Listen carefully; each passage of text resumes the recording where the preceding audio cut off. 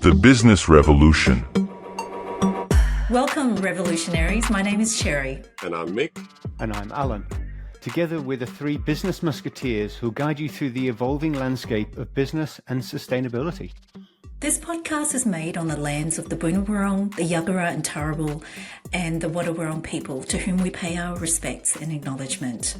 In today's episode, we're diving into the S in ESG, the social impact that businesses can have on their people and communities. Businesses increasingly recognize that their success is intertwined with the well-being of society in general.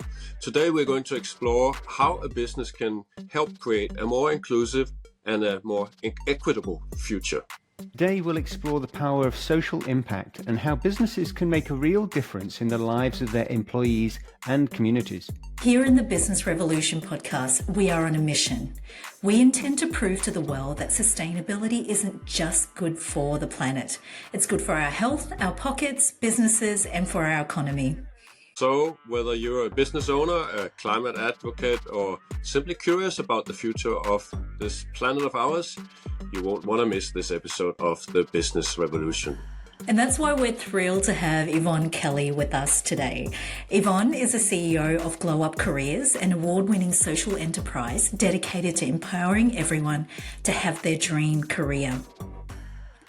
Recently honoured with the Women Changing the World Award in London for cultural diversity and inclusion, Yvonne has over 25 years of experience in the recruitment industry.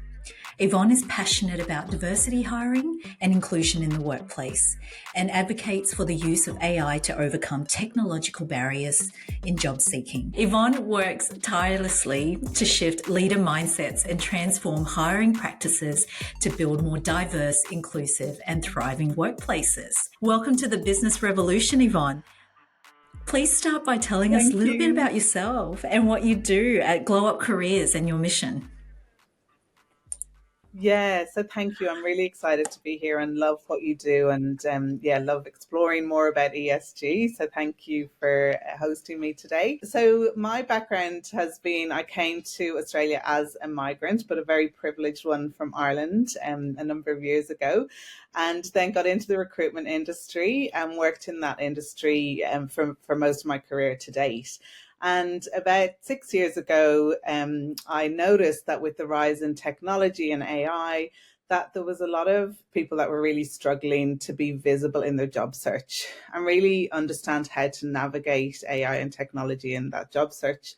A chance meeting with a refugee at an event that I was at really kind of was a catalyst to bring me into the social impact work that we do at Glow Up today. And we launched 5 years ago on World Refugee Day. And initially, and today we're talking about the S in ESG, so the social impact. At Glow Up, we launched just before COVID, and we ended up doing a lot of social impact very quickly. And we didn't really know around social enterprise and social impact and the importance of it until we had kind of delivered a lot of it. And then somebody said to me, it sounds like you guys are a social enterprise. And I said, well, yeah, let's look into what that is. And really a social enterprise is an organization that is a for-profit business. We call it a for-profit business with a for-purpose heart, so that a percentage of the profit goes back into impact and purposeful work. Recently I've been a judge in some social impact awards within the recruitment industry. And it's been really interesting to see how organizations are really kind of embracing that S in ESG. And, for me, it's all about looking at that like long-term sustainable change. I didn't realize that as a recruiter and with the skill set and strengths that I have, that we could make such an impact in a very short space of time. And it's really amazing to see organizations that embrace ESG and the social, the S part of that, as to what they can do in relation to making really positive change, both in the communities that they serve and in the world in general. That is wonderful. Yvonne, could you share some more specific examples of how Glow Up Careers is helping businesses embrace the social aspect of ESG and how your work goes beyond the traditional recruitment to create that social impact? We started off with that coaching aspect in relation to assisting. So that one refugee that I coached then expanded. We've now over 5 years supported over 1,600 refugees and migrants through coaching. And we have a community of over 200 volunteers that we've accredited that help us deliver that. So that's been really exciting. We entered into the refugee and migrant space, not knowing a lot about how that works. And what we realized that there was quite a big gap between the kind of .org, so the charities and not-for-profits in that space, and the corporates, so kind of the .coms. So we've really set out to bridge that gap of kind of understanding of both sides. So really our kind of work is dual purpose. We have worked with a lot of community partners in that space to support and complement the amazing employment programs that they offer, and really to look at where the gaps are and where the challenges are. And what we've found through the individuals we've supported is that most of the barriers to employment for those from all different diverse backgrounds is a lot to do with the recruitment and hiring processes. A lot of the issues actually sit with the employers. So what we've been now shifting our focus is how can we work with employers to reduce those barriers to entry? Everyone knows the benefit of diversity and inclusion in a business. What we're now trying to do is move that to action. So there has been a focus in Australia with WGEA, with the gender equality, but it's actually looking at then the intersectionality. There's women who are refugees, women with disabilities, women who are neurodiverse.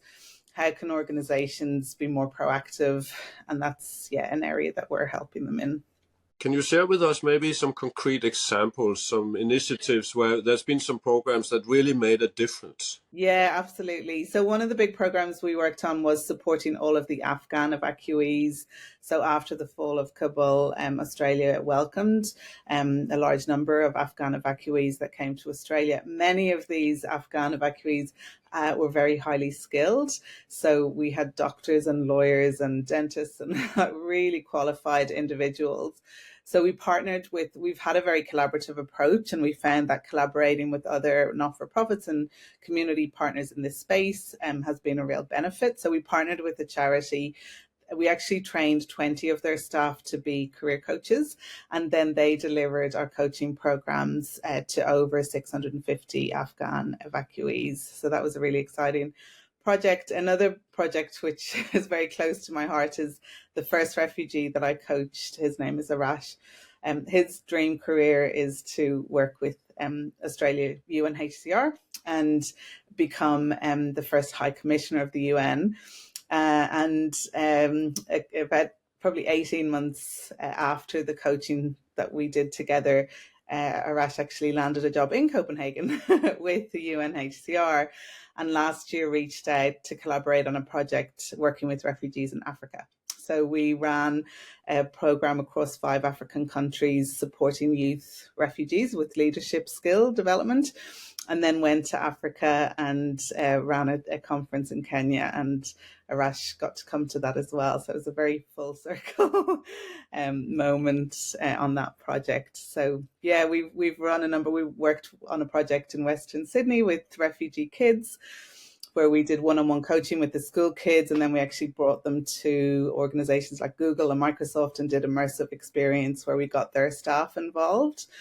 So a lot of it's been trying to connect, find moments of connection for employees and employers to understand and meet people from diverse backgrounds, and really to be able to see the potential that they bring.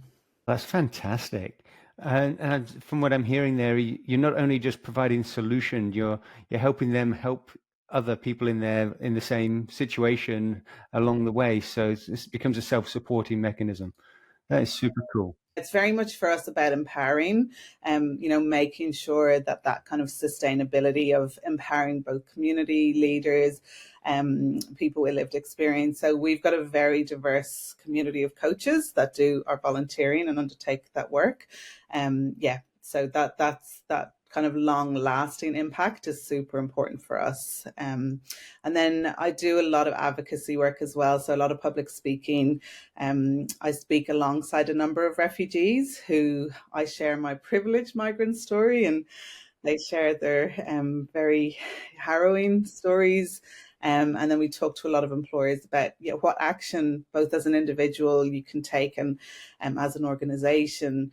And I think there's just a lack of awareness about what can I do, what as a person can I do to make a change, whether that be for environmental or any other world problems. So building on that then, how does Glow Up Careers actually address those issues of equality or equity and belonging in the workplace? Yeah, so as I said, through our coaching, we uncovered a lot of barriers and challenges that individuals are finding, and one of them was that visibility. So we actually were looking for a job board that we could refer individual job seekers to that was fully inclusive, that kind of covered all areas of diversity and inclusion.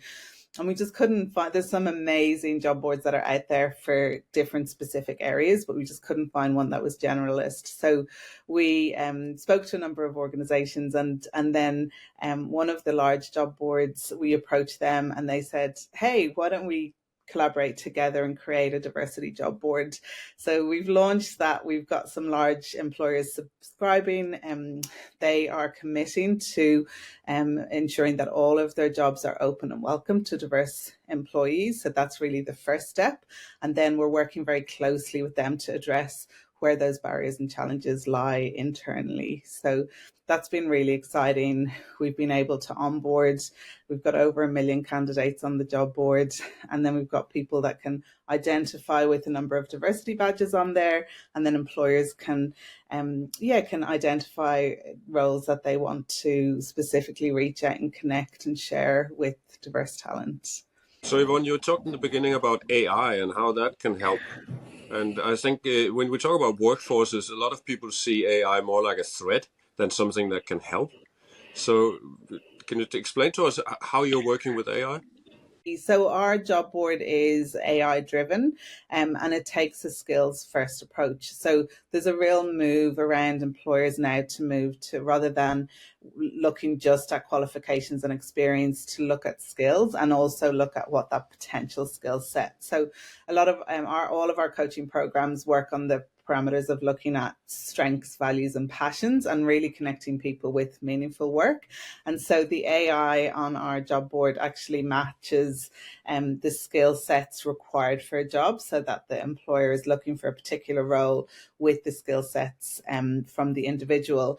It also takes the diversity into account as well. So if an employer is open to welcoming a refugee, and we have a refugee that's identified with a refugee badge, it will match those badges together with the AI.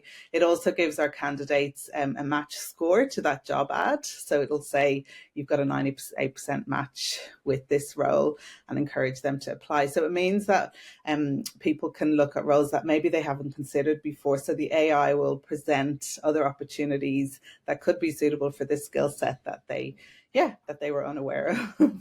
That is so cool, because the idea of that skill set view rather than what boxes have you ticked is just a far more powerful method when we actually manage to leverage it. So that sounds fantastic. Yeah, and there was an article in the Fin Review recently, Culture Amp and Canva and some other large organizations are using this skills first approach, and they've seen a significant increase in diversity hiring just by taking that approach, because it opens it up to a lot more people to apply.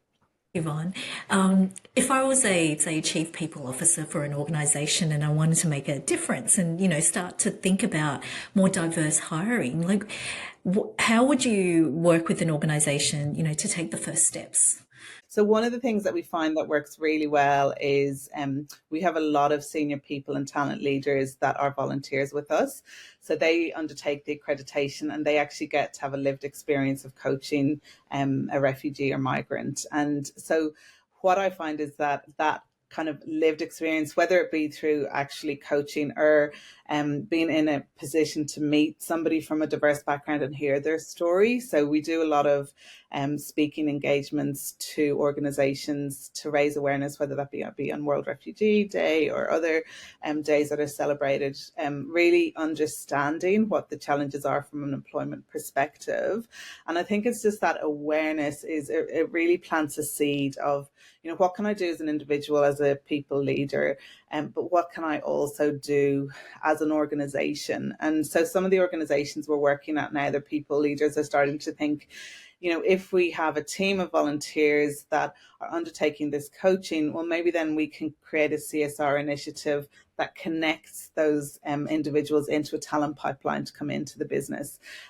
Also, one of our clients has reached and said, oh, there's a local mosque right near our head office. We'd love to be able to liaise with that community and look at ways that we can support them in their careers. And that's where that coaching. So there's lots of different ways, but what we always say is to look at that long term, look at the values of the organization and their mission and what they're trying to accomplish. Look at their customer base, who are they serving as their customers, and then look at how can it fit in with their ESG goals. And there's lots of lasting initiatives that can make a huge impact that they can look at, working with communities, and sometimes it's also a big part of this is identifying the diversity ambassadors within the organization, and when they come to light, you can really empower and drive that. So whether that be through having groups that support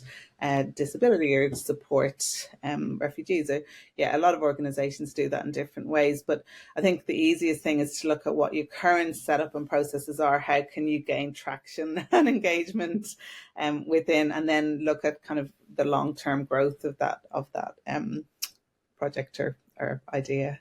Yvonne, I love that, that lived experience, creating that connection, because often, I've delivered a lot of diversity and, equity and inclusion initiatives, and often people don't have that personal connection going, okay, well, why are we delivering this particular initiative? So I think having that coaching and having that connection, well, there's a human on the other side. Now I understand, the experiences that they're sharing. So I think that's such a great first step for organizations, even before looking at their, structures and processes, which is where I probably would have gone initially.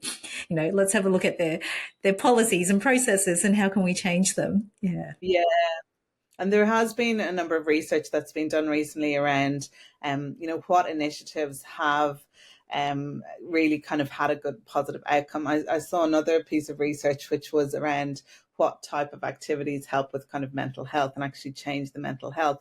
And the highest, that was a UK study, the highest result was from volunteering, that actually made the biggest shift in mental health, positive mental health. So it's definitely looking at that end goal of, what can we achieve? And as I said, looking at that alignment with values and mission of the organization, how are we going to get there? But I think the biggest thing is identifying the ambassadors and being able to give them a voice. A lot of employees will have lived experience that they may never have. And we see that a lot through the speaking engagements, that these voices emerge that they've never spoken up about. And, one lady came up to us recently at an event and said, wow, my parents came here from Vietnam as refugees, and it's lovely to be able to talk openly about that. And then it's how can you harness that passion as ambassadors within, as with the advocacy work that all of you do and in that ESG space, that you've got to have those supporters and people that really believe and understand the reasons for this happening. And, there's a lot around engaging boards and executive level to be on board, with the G component around the governance, for example, with gender equality, having structures like with GEA reporting and, compliance structures in place that actually now are becoming a requirement is definitely helpful. And it's now looking at kind of how can we do that in a more impactful way, rather than just, as I mentioned before, looking at gender, looking at that intersectionality of how can we actually really get deeper and support all different types of people from different backgrounds. And you'll find that there'll be ambassadors. I've met this lovely lady who's super enthusiastic about disability because she has a sister who has a disability, and different people will have different diverse backgrounds and areas. Neurodiversity is a really growing area now with a lot of adult diagnosis and ADHD. And yeah, it's just really acknowledging that your customer base and your employee base is going to have a lot of different people. And it is hard to really, I suppose, have a policy or procedure that supports each of them. But yeah, how can we work towards being much more kind of broadly inclusive? Yvonne, we have a segment called Rapid Fire Tip for Action, which is essentially an opportunity for you to provide actionable insights to our listeners to inspire them and then for them to take action as well. So my question to you is, what's one thing everyone can do right now to contribute to a better world? So I think one thing that you can do is meet someone who's different to you. So reach out and try and find whether an organization or an individual or someone who has a different background to you, and just sit and have a conversation or coffee with them. And what's one small step that any business could take to get started with that journey towards a more inclusive supplier relationship? One is definitely to look to social enterprise, because if you engage a social enterprise as a supplier, the knock-on social impact of that is really helpful. Thank you, Yvonne, for taking the time to share your insights with us. And one final question, where can listeners go to learn more about you and the work that you're doing? glowupcareers.com, and we're on LinkedIn as well. And on LinkedIn, I'm under Yvonne Kelly. And that'll be a wrap for today's episode of The Business Revolution. We hope you enjoyed deep diving into the world of business and sustainability with us. Remember, the revolution doesn't end here. It's up to each and every one of us to take the knowledge and inspiration from today's episode and turn it into action. Whether it's implementing sustainable practices in your own business or advocating for change in your community, every single step counts towards building a better and more equitable future. So don't forget to visit our website at businessrevolution.earth for more resources, past episodes, and ways to get involved. If you've enjoyed today's episode, make sure to subscribe, rate us, and review us on your favorite podcast platform. We are the Business Revolution.